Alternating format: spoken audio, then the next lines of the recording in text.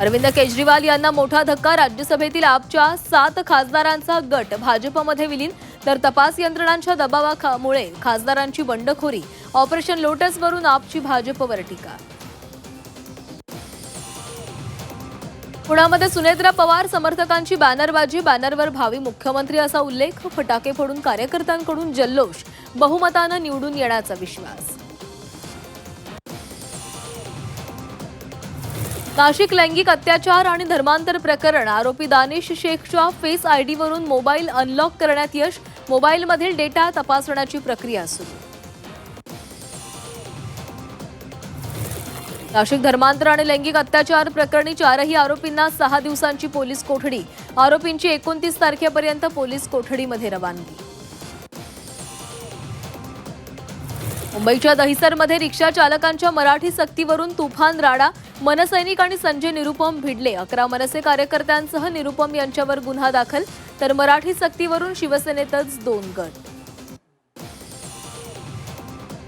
रिक्षा चालकाकडून पत्नीला जाळण्याचा प्रयत्न। नागपूरच्या मानकापूरमधील घटना। कौटुंबिक वादातून पत्नीला जाळण्याचा प्रयत्न। रिक्षा चालकाने पत्नीवर पेट्रोल ओतून आग लावली।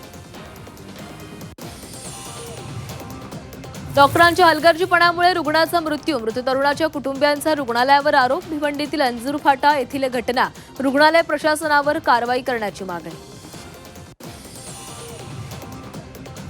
पेडच्या गेवरा येथील शिवरायांचा पुतळा हटवला। महामार्गाच्या मध्यभागी उभारलेला पुतळा काढला। वाहतुकीला अडथळा ठरत असल्याने निर्णय।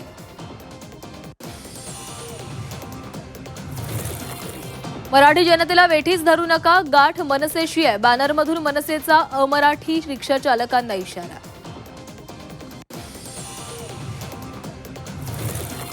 मुलांची वाईट नजर पडू नये म्हणून आई वडिलांनी मुलीचं टक्कल केलं। अमरावतीच्या वरुडूमधील संतापजनक प्रकार। पीडितेच्या तक्रारीवरून आई वडिलांवर गुन्हा दाखल। सोलापुरात अंगावर वीज पडून शेतकऱ्याचा मृत्यू। बार्शी तालुक्यातील श्रीपत पिंपरीमधील घटना। कांदा झाकण्यासाठी शेतामध्ये गेले असता दुर्घटना। पीएफचे पैसे आता थेट यूपीआय खात्यामध्ये। मे महिन्यात ईपीएफओचे नियम बदलणार। आता पीएफ काढणं आणखी सोपं होणार।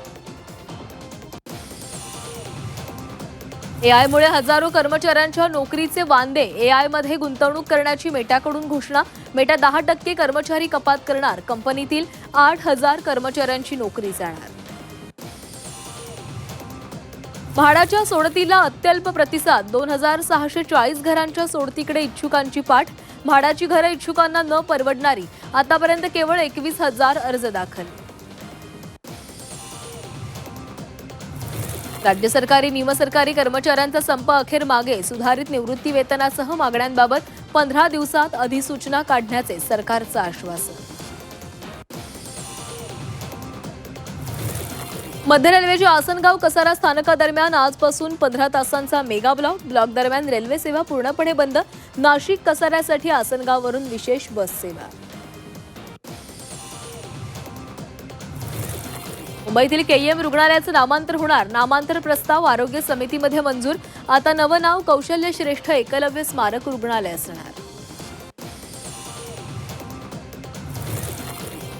विदर्भामध्ये 3 दिवस उष्णतेच्या लाटेचा इशारा। अकोल्यामध्ये सर्वाधिक 45 अंश सेल्सिअस तापमानाची नोंद। तर पारा आणखी 2 ते 3 अंशांनी वाढण्याची शक्यता। मराठवाड्यातील काही जिल्ह्यांमध्ये पावसाचा इशारा। परभणी, नांदेड, लातूरमध्ये पावसाचा अंदाज। मराठवाड्यात उन्हासोबत पावसाच्या सरी। शेतकऱ्यांना शेतमालाची काळजी घेण्याचं आवाहन। वसई विरार महापालिकेची पाईपलाईन फुटली। कंटेनरच्या अपघातामध्ये पाईपलाईन फुटली। पाईपलाईन फुटल्यानं मोठ्या प्रमाणामध्ये पाणी वाया।